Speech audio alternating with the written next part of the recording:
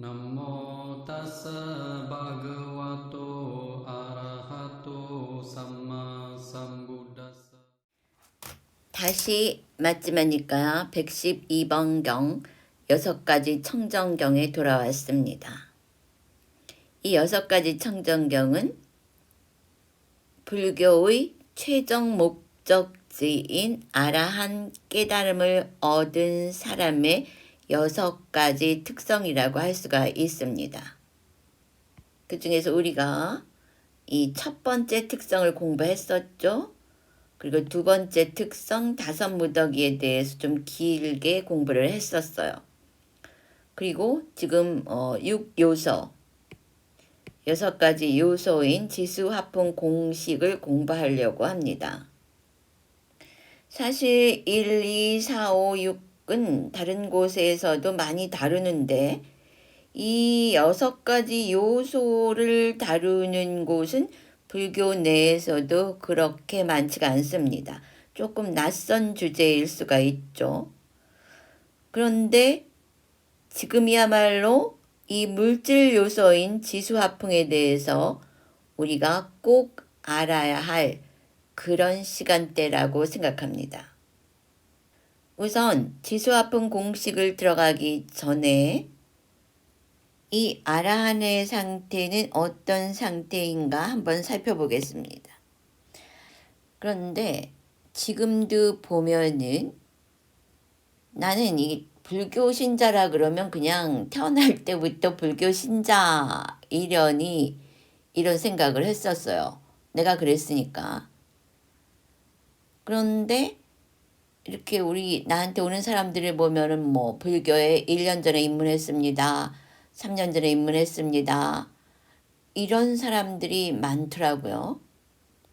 그리고 사회 지식인들도 이렇게 어느 분야에서 이야기하는 걸 보면은 많은 사람들이 이 불교에 희망을 가지고 있어요. 아직도. 뭐 종단이 어떻고 저떻고 이런 불협화음이 뉴스에 나오기도 했지만 그걸 떠나서 부처님의 가르친 그 자체의 희망을 가지고 있는 사람들이 아직도 많이 있다는 것이죠. 물론 그것이 내가 이런 경에 관한 영상을 만드는 이유이기도 하죠. 그렇기 때문에 우리가 그 최고의 지금 이 아라한의 상태라고 하는 것은 최종착지예요. 최종 종착지란 말이에요. 아라한은. 그랬을 때 우리가 이 아라한의 상태는 어떤지 분명히 알아야 할 필요가 있다고 하는 것이죠. 이 아라한의 상태는 최상의 어떤 상태예요. 어떤 상태일까? 도덕의 상태야. 도덕적인 상태다. highest moral. 그러니까 도덕의 정점이라고 하는 거죠.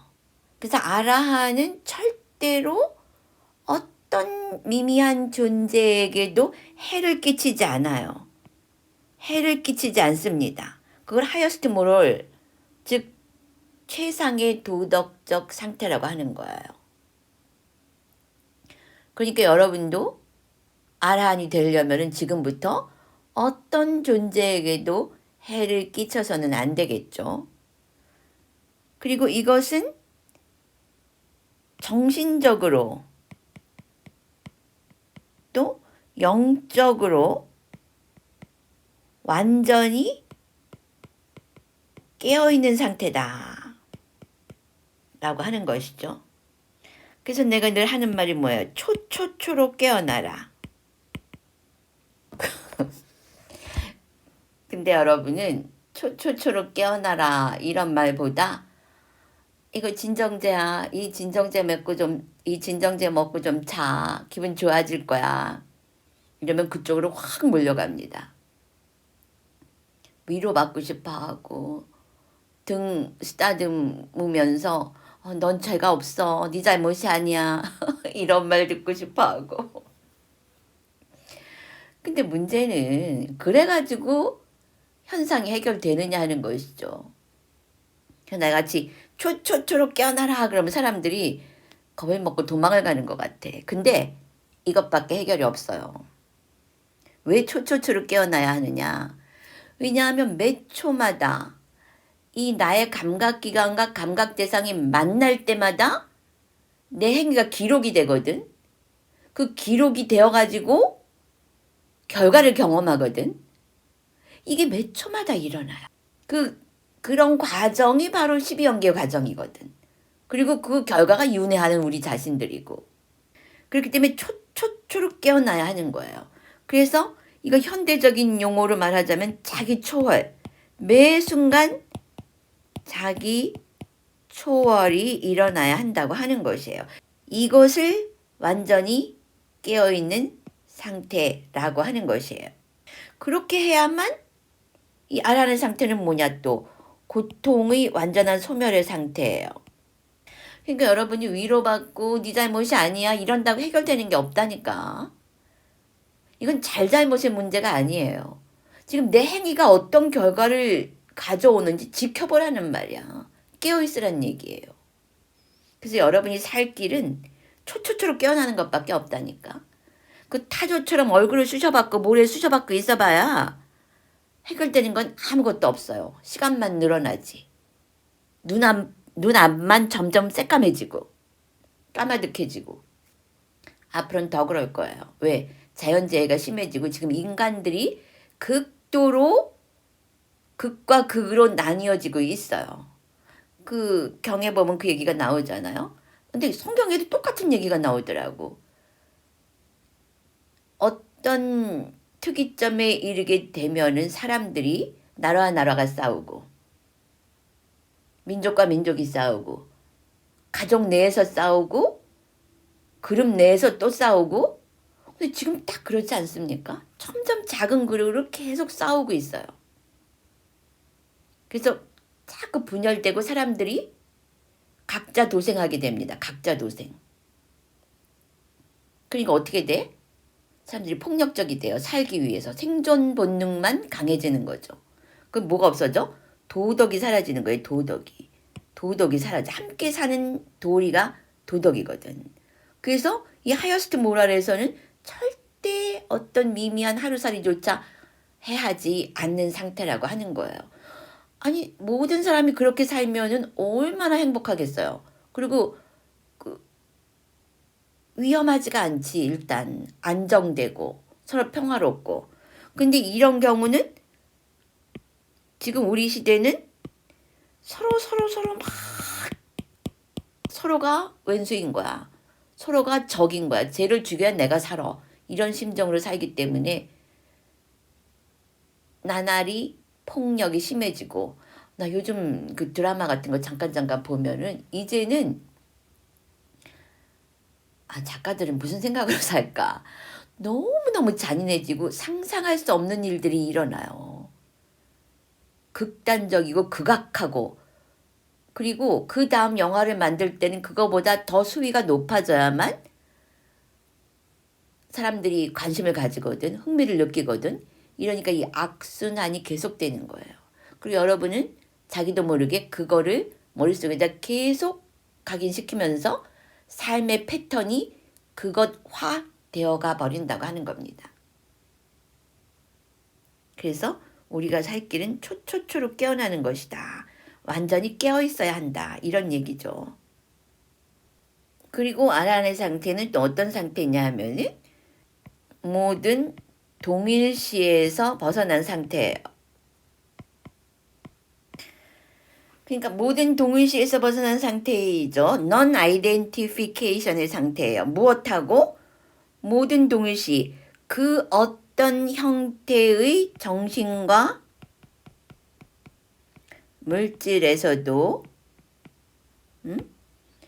그 어떤 정신에서도 어떤 정신과도 동일시하지 않고 어떤 정신과도 동일시하지 않고 어떤 물질과도 동일시하지 않는다는 거예요. 그리고 지금 오늘 우리가 다룰 것이 뭐냐면 그 물질에 관한 것이에요. 물질에 관한 것, 지수화풍에 관한 것이죠.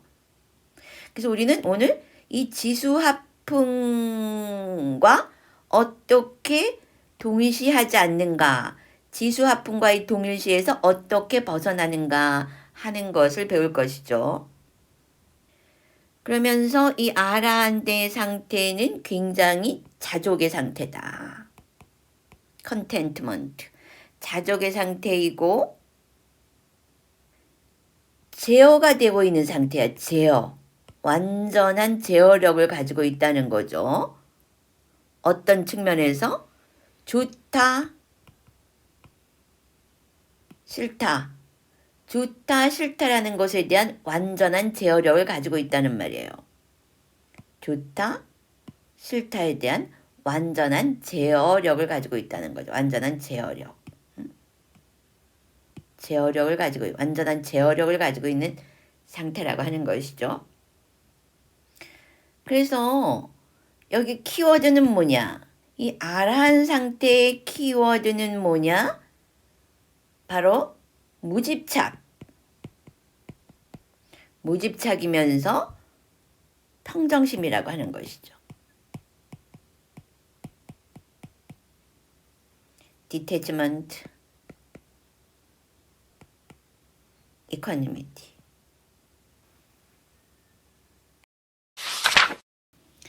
자, 이제 경으로 들어가 볼까요? 비구들이여, 그런 비구에게 좋습니다 라고 말하고 기뻐하고 즐거워해야 한다.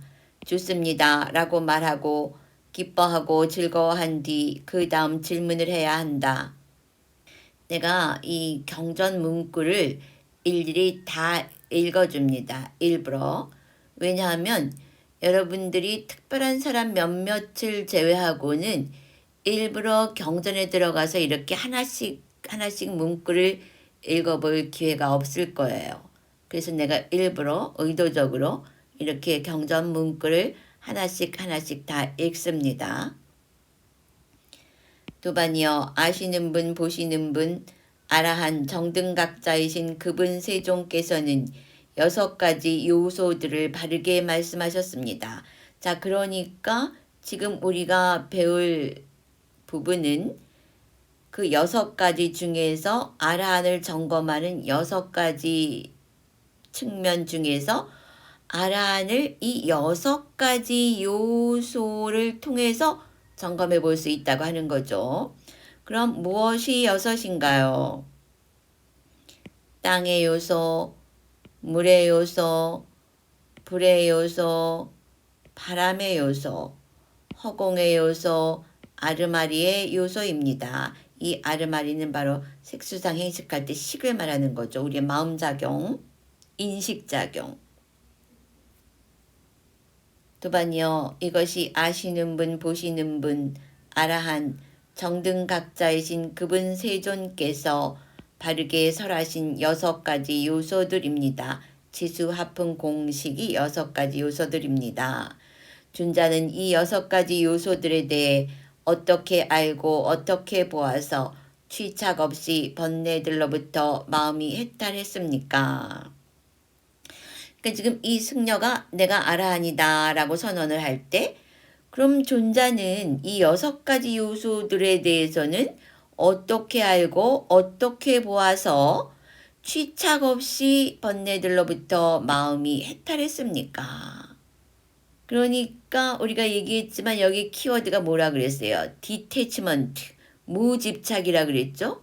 그 이런 것들에 대해서는 아라한이 되신 존자께서는 어떻게 무집착하셨습니까? 어떻게 무집착을 얻으셨습니까? 이 얘기죠. 비구들이여, 번뇌가 다했고 삶을 완성했으며 할 바를 다했고 짐을 내려놓았으며 참된 이상을 실현했고 삶의 족쇄를 부수었으며 바른 구경의 지혜로 해탈한 비구는 자연스럽게 이와 같이 설명할 것이다. 자, 여러분들 이런 문구를 그냥 정형구, 경전에 나오는 그냥 정형구려니 하고 생각하지 말고 하나하나 잘 생각해 보세요. 번뇌가 다 했구나. 아라한 스님은 삶을 완성했구나. 우리는 삶을 완성한다는 거 생각도 못하죠. 그 여섯 감각이 주는 세상에서 세상이 주는 정보로는 삶을 완성한다 이런 거 상상도 못해요. 드라마나 뉴스나 사람 사는 거 하루 종일 보고 듣고 한 것들 보면 삶이 조각조각 나는 거야. 너무 힘들어서 밑바닥만 보고 살아서 이 전체 그림이 뭔지 완성할 수가 없어. 이 퍼즐이 완성이 안 돼. 그런데 이 아라한들은 삶이라는 것 자체를 뛰어넘어서 완전히 그냥 완성시켜버린 존재들이란 말이에요. 응? 또 할 바를 다 했고 여러분은 할 일이 많잖아 아직도. 근데 이분들은 할 바를 다 했어. 그래서 짐이 없어. 여러분은 하고자 하는 게 많죠. 이분들은 참된 이상을 이미 실현했어. 그리고 뭐 좀 하려고 그러면 여러분 걸리는 게 많아. 중생들은. 근데 아라한은 그 족쇄를 다 부수었어요. 그리고 무엇이 진짜고 가짜인지 그것에 대해서 완전히 알았어요. 구경의 지혜로. 바로 그런 것들로 해탈을 했단 말이죠. 그랬기 때문에 이제 나는 이러이러하게 해탈했습니다라고 설명한단 말이에요. 도반들이여 땅의 요소는 무아이며 땅의 요소를 의지한 자아란 없다는데 나는 도달했습니다. 지금 우리가 여기서 어떻게 알고 어떻게 보아서 그랬는데 그 어떻게가 나오는 거예요. 땅의 요소는 무아라는 것을 난 알았습니다. 땅의 요소를 의지한 자아란 없다는데 나는 도달했습니다. 땅의 요소에 의지한 끌림과 취착, 또한 땅의 요소에 의지한 마음의 편견과 천착과 잠재 성향을 부수고 거기에 대한 탐욕을 빗바래고 소멸하고 버리고 완전히 놓아버렸기 때문에 나의 마음은 해탈했다고 꿰뚫어 압니다. 이러고 끝났어요. 그리고 거기에서 이제 물의 요소, 불의 요소, 바람의 요소, 허공의 요소, 아르마리 요소가 이 똑같은 문구로 반복이 됩니다. 이러이러했기 때문에 나의 마음은 해탈했다고 꿰뚫어 압니다. 도반들이여 이와 같이 나는 이 여섯 가지 요소들에 대해 이렇게 알고 이렇게 보아서 무집착으로 번뇌들로부터 마음이 해탈했습니다. 자, 이러고 끝났어요. 내가 늘 그러잖아요. 성스러움만 남겨놓고 가버렸다. 이렇게 끝났는데 우리는 아는 게 없는 거야. 그렇죠? 땅의 요소가 뭐하라고? 이게 무슨 수상 행식이 뭐하라고 했을 때보다 이 땅의 요소가 뭐하다 이랬을 때 더 난감해지죠. 우리는. 그래서 그것을 하나하나 살펴보겠습니다. 의외로 굉장히 재밌어요. 자, 그럼 일단 우리는 땅의 요소를 어떻게 자각하는가? 그럼 지금 여기서 이 지수 화풍을 말한단 말이에요. 그리고 여기 이제 공이 나오고 식이 나오죠. 그러니까 이게 다시 뭘 말하느냐 하면 이것은 물질을 말하는 것이고 이것은 정신을 말하는 거예요. 그죠? 다시 물질과 정신으로 돌아오는 거예요. 그런데 이제 오온을 설명할 때 하고는 조금 다른 측면으로 설명하고 있는 것이죠. 그리고 아까 뭐라 그랬느냐 하면은 앞전에 그 어떤 물질과 그 어떤 정신에 대해서도 동일시하지 않는다. 그 동일시하지 않는다는 것이 non-동일시, non-identification, 그게 무아라고 하는 거죠. 무아. 내가 아니다 이 얘기예요. 내가 아니다. 동일시하지 않는다는 건 뭐야? 내가 아니다. 나의 자아가 아니다. 나의 것이 아니다. 이 얘기란 말이에요. 그럼 정신에 대해서는 우리가 좀 익숙해요. 무아다, 무상이다. 근데 물질에 대해서는 지금 처음 나왔거든. 그래서 지금 우리는 그 물질에 대한 부분을 하고 있는 것입니다. 인간을 구성하고 있는 이 물질은 지수화풍이라는 4대 원소로 구성되어 있어요.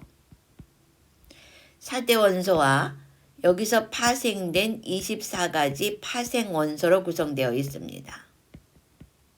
그래서 일단 이 4대 원소만 먼저 해보겠습니다. 지수화풍. 그런데 이 지수화풍에 대해서는 불교에서만 얘기하는 게 아니에요. 나는 깜짝 놀랐는데 이거 기독교에서도 이야기하고 있어요. 그러니까 이거는 고대에서부터 그 물질을 구성하는 어떤 그 근본으로서 모든 학파나 모든 그 문명의 공통된 지식의 상태라고 하는 것이죠.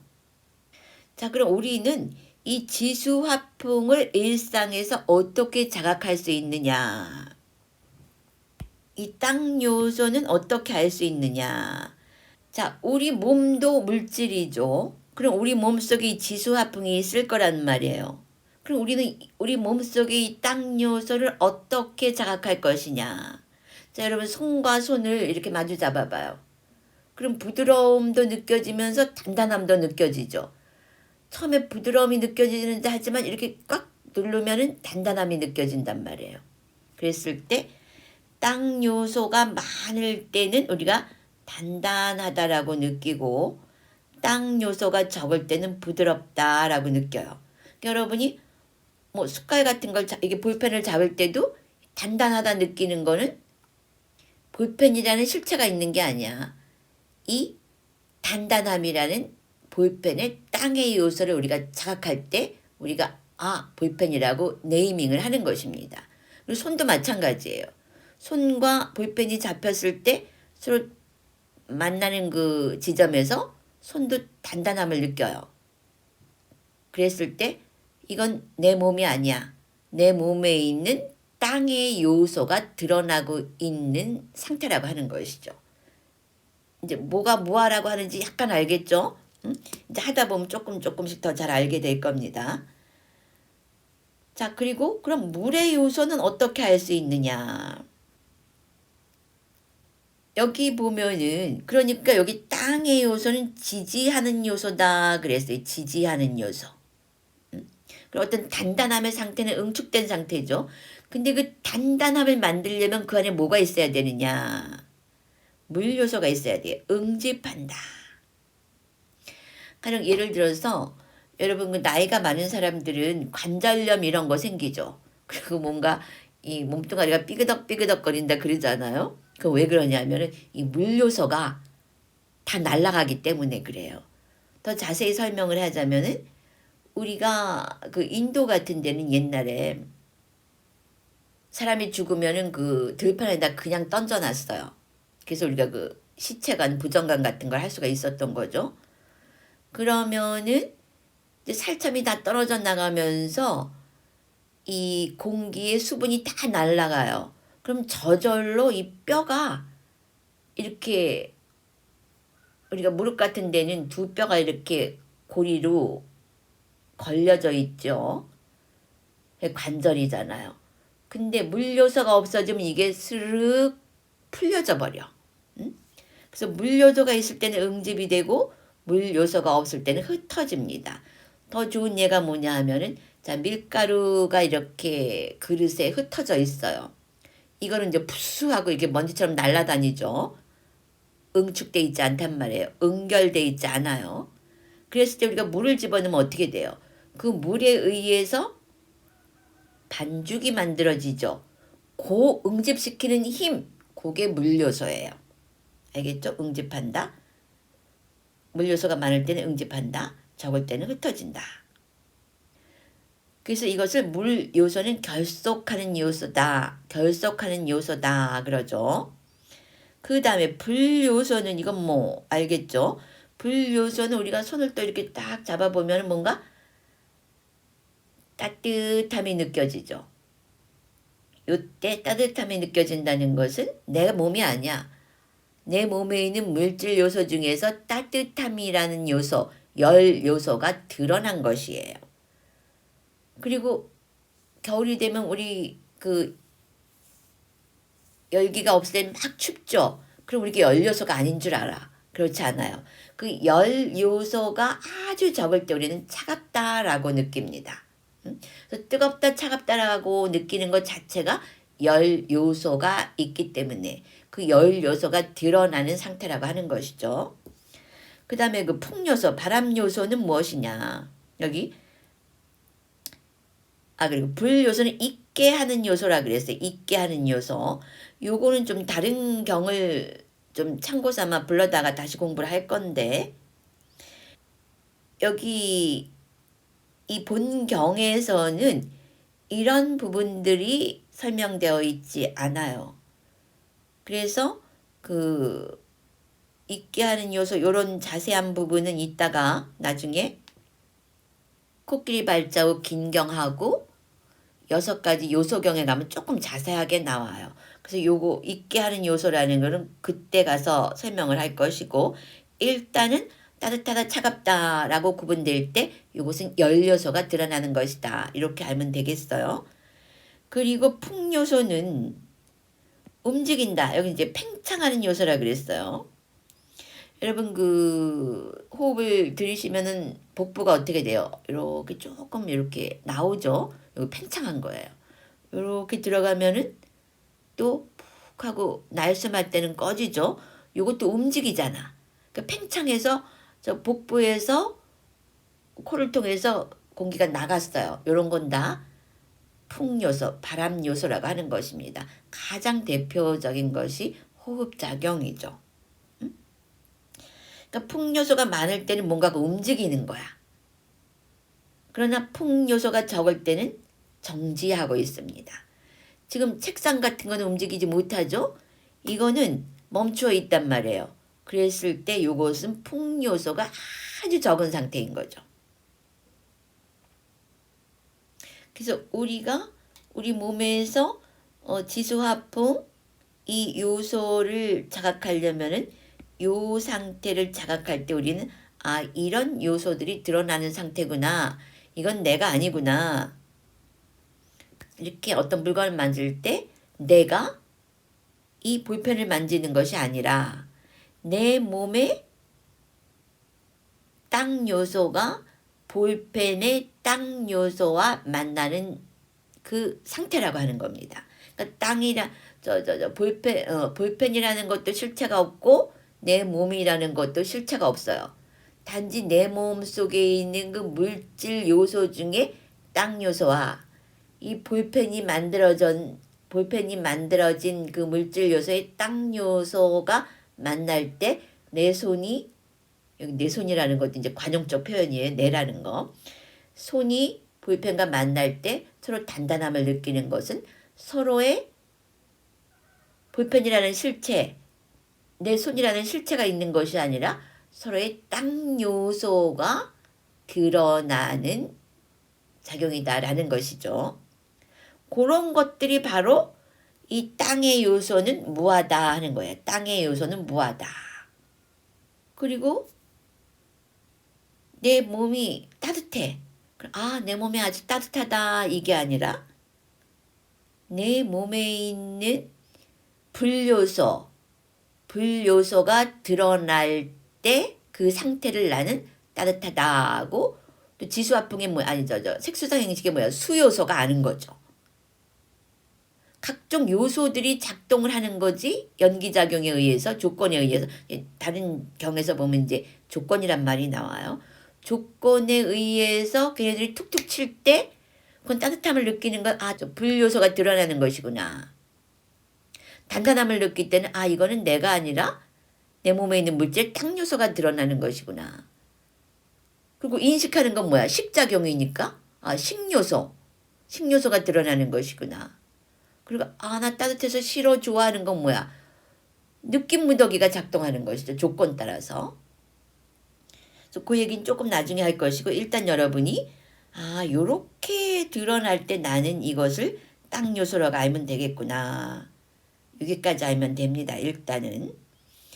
그리고 지금 우리가 손을 이렇게 두 손을 이렇게 마주쳤을 때 따뜻함도 느껴지고 단단함도 느껴지죠.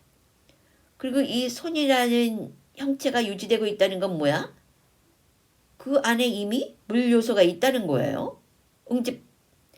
물요소로 지요소가 응집되어 있으니까 이 손의 형태가 유지되고 있는 거죠. 그리고 내가 이렇게 움직였단 말이야. 거긴 바람 요소가 있는 거예요. 그래서 이 땅 요소가 드러날 때도 거기에는 다른 세 요소가 함께 있어요. 그러나 그 순간에는 다른 세 요소는 미미하게 작동하고 있고 그 특정한 한 요소가 두드러지게 작동하는 것이죠. 단단함이 두드러지게 작동할 때 우리는 땅 요소다 라고 할 수 있는 것이고, 따뜻함이 두드러지게 작동할 때 우리는 불 요소가 드러나는 것이다 라고 알 수 있겠죠. 그러나 그때도 다른 땅 요소, 물 요소, 바람 요소가 그 불 요소와 함께 내재되어 있다고 하는 것입니다. 그리고 여기에서 재밌는 게 이 공의 요소를 표현하기를 닿지 않는 요소다. 이런 표현은 우리가 굉장히 드물게 쓰죠. 닿지 않는 요소. 근데 나는 이 표현이 너무나 절묘하다는 생각을 했어요. 공을 어떻게 표현할 것이냐. 그런데 막 철학적인 많은 표현들이 있잖아요. 그런데 공이란 닿지 않는 요소다. 이랬을 때 굉장히 절묘하다. 이런 생각이 들어요. 그러니까 여러분이 지금 손을 한번 휘휘 저어보세요. 내 앞에를. 그럼 닿지 않잖아 이게? 이런 컴퓨터나 책상은 닿는데 이 닿지 않는 부분이 있어요. 그게 뭐냐? 그게 공이다 하는 거죠. 허공, 스페이스. 근데 우리가 이 호흡도 호흡 수행이나 해야 겨우 자각이 되는데 이 공요소를 단 한 번이라도 자각해 본 적이 있을까요? 없을 겁니다. 그런데 이 공요소가 얼마나 중요하냐 하면 허공이라는 거, 이 공간이라는 거. 이 지수화풍이 있고 식이 있어도 자, 지수화풍을 우리 몸뚱아리가 만들어줬고 정신작용이 있어서 내가 풍요소에 의해서 움직일 수가 있죠. 근데 만일에 공요소가 없다면 어떻게 될까요? 공요소가 없다면 풍기운이 작용을 못해요. 가장 무서운 게 뭐냐? 공요소가 없었을 때. 여러분 이태원 생각. 나는 그 이태원 참사가 났을 때 그때도 내가 이거 이제 경을 쭉 보고 있었는데 나는 그 이태원 참사가 났을 때 저거구나. 공요소. 거기에 공요소가 없었던 거야. 그렇죠? 이 풍기운, 바람 기운은 너무 강했어. 사람들이 막 몰려나갔어. 그리고 불 기운도 너무 강했어. 사람들이 막 열이 막 끌어올랐어요. 그랬을 때 뭐가 없었느냐? 공요소가 없었던 거야. 사람과 사람 사이에 공간이 없었어. 그래가지고 그런 참 슬픈 일이 일어났던 것이죠. 그것만 생각해도 여러분 이 공요소가 얼마나 소중한지 알겠죠. 그래서 이 공요소는 닿지 않는 요소다. 그리고 나중에 조금 더 자세히 설명을 하겠지만 다른 경전을 불러다가 이 불요소는 우리가 소화를 시키죠. 음식을 먹고 소화를 시킬 때 그게 다 익히잖아요. 그건 내가 소화를 시키는 게 아니야. 무아야. 내가 소화를 시키는 게 아니고 내 위장이 소화를 시키는 게 아니고 내 몸에 불기운, 열 요소가 그 음식을 익히는 거예요. 그럼 어떻게 돼? 이 공요소, 창자 속에 있는 공간을 통해서 어떻게 돼? 뭐가 작동을 하지? 풍요소, 바람기운이 작동하면서 배설이 일어나겠죠. 근데 그거를 주도하는 건 뭐라? 식별하는 요소. 사인이 오는 거야. 소화가 됐어. 밥을 먹었어. 다 익혔어. 지수화풍이 다 했어. 그러면 여기 사인이 오니까 나 이제 화장실을 가야 되겠다. 그래서 바람 요소와 함께 바람 요소와 함께 가는 거야. 이제 식이 작동을 하는 거야. 식별하는 거야. 아, 지금은 내가 배설을 해야 되겠구나. 그럼 바람 요소와 함께 움직이는 거야. 총총총총 움직인단 말이죠. 그 붓다의 가르침은 믿음이 아니라 분석이라고 하잖아요. 이렇게 알면은 뭔가 굉장히 재밌어요. 응? 재밌다는 말이죠. 나는 이렇게 이제 법문을 할 때 그걸 내가 한번 꼭 실천을 해봐요. 응? 근데 이번에도 이제 지수화풍을 하면서 계속 이제 지수화풍을 이제 관찰을 했는데 지금도 이게 계속 관찰이 되지만은 내가 이거를 진짜로 할 때가 있었어요. 다른 법문에서도 여러 번 얘기한 것 같은데 내가 스리랑카에 있을 때 점심 공양을 하고 이제 거기서 이렇게 목도 같은 데서 경행을 하고 있었어요. 경행을 하면서 발바닥에서 발바닥과 그 마룻바닥이 닿을 때 단단함이 일어나죠.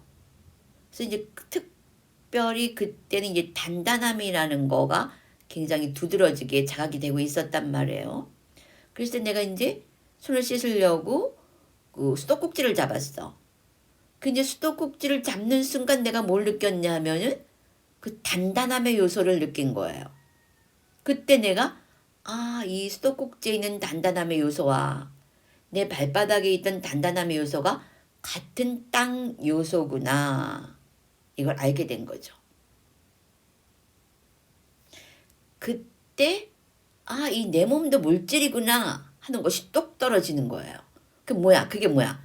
이 땅의 요소는 무하다. 땅의 요소는 무하다 하는 게 똑 떨어지는 거죠.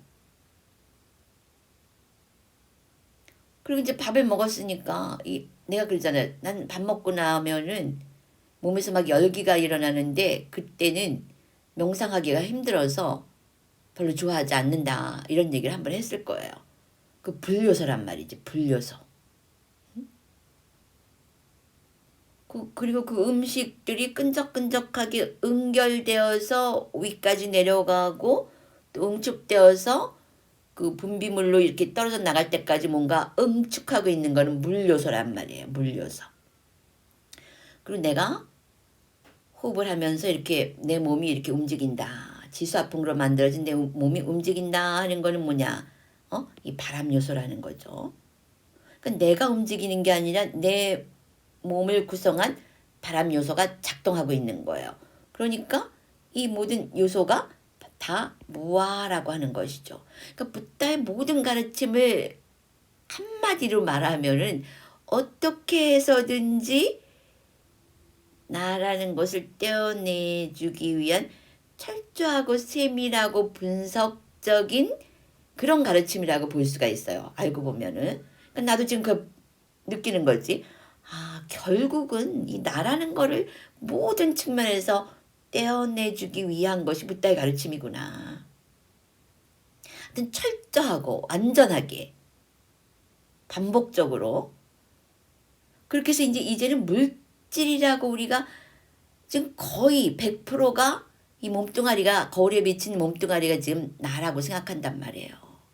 그런데 알고 보면은 이거는 물질 요소, 지수화풍이라는 물질 요소가 이렇게 작동하고 있는 시간과 공간 속에서 한시적으로 작동하고 있는 그러한 상태의 순간순간에 불과하다 하는 걸 말하고 있는 거죠. 그게 조금 이따가 이제 다음에 내가 얘기할 게 뭐냐면은 다른 경전을 불러다가 보조 경전으로 뭘 할 거냐면은 조건이란 말이 나와요. 조건. 그건 이제 그때 조금 더 이야기하기로 하고 그랬을 때 내가 이 지수화풍만 가지고 있어서는 안 된다. 그러면은 나는 이렇게 움직이는데 저 책상은 왜 움직이지 못하느냐. 저기 있는 의자는 왜 움직이지 못하느냐. 저것도 지수화풍인데 물론 풍요소도 없지만은 왜 못 움직이? 자, 저기 화초가 있어요. 근데 화초는 풍요소가 있잖아. 바람이 불면 움직인단 말이지. 근데 쟤는 왜 나처럼 움직이지 못할까? 거긴 식이 약해서 그래. 식이 있기는 있어요. 그런데 그 지수화풍을 움직일 만큼 강한 의지작용이 없다는 거예요. 그래서 인간에게는 식작용이 있는 거죠. 이 식작용이 움직여라 했을 때 지수화풍이 움직인다고 하는 거예요. 그랬을 때 우리가 사람을 벽장 안에다 가둬놓으면 못 움직여. 아무리 내가 식작용이 움직여 그래도 못 움직여요. 꼭 뭐가 있어야 돼? 이 공요소가 있어야 돼. 허공. 스페이스가 있어야 돼요. 그래서 이 공요소도 굉장히 중요하다는 거죠. 그러니까 이 자연계라고 하는 것이 얼마나 완전한가 하는 거예요. 이제 그 붓다의 시대에는 이렇게 설명을 했는데 지금 이 시대에는 단적으로 어떻게 이야기를 하느냐. 물질과의 동일시를 벗어나게 해주기 위해서 어떤 이야기를 하느냐. 이 시대에는 이 물질이라는 것은 인간계, 즉 지구에 살기 위한 우주복이다. 근데 이게 딱 맞는 말인 거예요. 우리가 이 지구라는 욕계에 살기 위해서 정신작용이 물질을 입은 거예요. 그렇기 때문에 이 물질인 지수화풍으로 만들어진 이 몸뚱아리라고 하는 것은 내가 아니다. 무하다 하는 거죠. 무하. 그래서 지금 용어로는 이거는 그냥 우리가 우주를 가려면은 그 화학 요소와 어떤 거기에 물질 구조에 맞게 우주복을 입는 것처럼 우리가 지구라는 행성의 조건에 맞추기 위해서 지수화풍으로 만들어진 육체라는 우주복을 입은 것이다. 이렇게 연결을 하면은 더 이해가 쉬워질 겁니다. 그러니까 이 우주복은 내가 아니잖아. 그러나 나한테 꼭 필요한 거예요. 내 생존을 위해서 이 우주복은 꼭 필요한 겁니다. 그러나 너무 필요해서 나하고 계속 있다 보니까 이게 난 줄 안단 말이야. 그래가지고 그 우주복이 요구하는 거 해주다가 내가 진짜 지구에 온 목적을 잊어버린단 말이죠. 우리가 우주에 나간 건 우주복하고 우주복이 나한테 요구하는 거를 해주기 위해서 그 우주에 나간 게 아니잖아요. 그 우주복을 입었을 때는 내가 그 우주복을 입고 해야 할 일이 있었단 말이죠. 마찬가지로 이 지구의 욕계 우리가 인간으로 태어나서 이 인간이라는 육신을 입었을 때는 이 정신작용이 영혼이 이 육체라는 우주복을 입고 지구에서 해야 할 일이 있다고 하는 것이죠. 그게 뭐였죠? 아라한 상태. 바로 그렇게 나에게 계속 영향을 주는 정신과 물질의 모든 상태로부터 완전히 벗어나는 거. 이것이 우리가 이 지구에 육체라는 우주복을 입고 온 목적이라고 하는 것입니다. 그러니까 여기서는 이렇게 취착 없이 번뇌들로부터 마음에 해탈했다. 이렇게 하고 끝나버렸기 때문에 조금 뭔가 설명이 조금 더 필요하단 말이에요. 그래서 일단 여기에서 땅의 요소는 무하다 하는 것까지는 됐어요. 땅의 요소는 무하다 하는 거.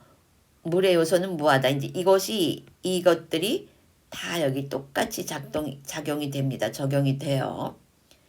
그럼 요 부분에 대해서는 다음 시간에 설명을 하고 요것을 보조하기 위해서 우리는 코끼리 발자국 비유의 긴경 마지막 니까야 28번경과 여기에도 이제 6가지 요소가 나온단 말이에요. 그리고 또 마지막 니까야 140번경 요소의 분석경을 참조하면서 조금 더 자세하게 공부해 보도록 하겠습니다. 다음 시간에. 수다원 깨달음으로 향하는 윗바사나 온라인 집중수행이 6월 18일에서 24일까지 7일간 저녁 9시 반에서 10시 반까지 진행됩니다. 온라인 수행을 원하시는 분들은 아래 더보기란에 나와 있는 링크를 클릭하여 카페로 들어와 신청해 주세요. 윗바사나 명상으로 일상에서 깨어나 높은 의식 수준으로 살고자 한다면 윗바사나 온라인 수행 매월 셋째 주 일요일에서 토요일 저녁 9시 반에서 10시 반까지 온라인 집중 수행에 동참하세요. 자해 명상을 좀 더 전문적으로 깊이 있게 선정 수준까지 발전시키고 싶다면 매월 첫 번째 일요일부터 토요일까지 아침 5시 반에서 6시 반까지 온라인 집중 수행에 동참하세요. 이론으로만 접근하는 불교와 직접 1시간이라도 윗바사나 수행을 했을 경우 엄청난 차이가 있음을 분명하게 알 수 있습니다. 또한 수다원 경험 수행자의 경우에서 알 수 있듯이 윗바사나 수행은 선정 없이도 충분히 수다원 깨달음이 가능하다는 것을 보여주고 있습니다. 이제 깨달음은 우리의 보편적 일상이 되어야 합니다. 왜냐하면 이 수많은 인간들의 문제를 깨달음의 의식이 아니고는 해결할 수 없기 때문입니다. 수다원 깨달음은 최소의 해결책이고 오히려 거기서부터 진짜 인간으로서의 삶을 영위해 나가면서 진짜 삶, 즉 팔정도의 삶, 팔정도의 수행이 시작되어야 합니다. 개개인들이 깨달음으로 각각의 의식 수준을 높이면 그로 인해 나라나 정부도 거기에 맞게 높은 의식 수준으로 상승합니다. 각 나라가 의식 수준이 높아지면 지구 전체 집단 의식도 상승 나선을 타고 올라갑니다. 그러면 자연재해 등 수많은 재난을 미리 막을 수 있습니다. 그러므로 지금이 깨어나야 할 바로 그때입니다.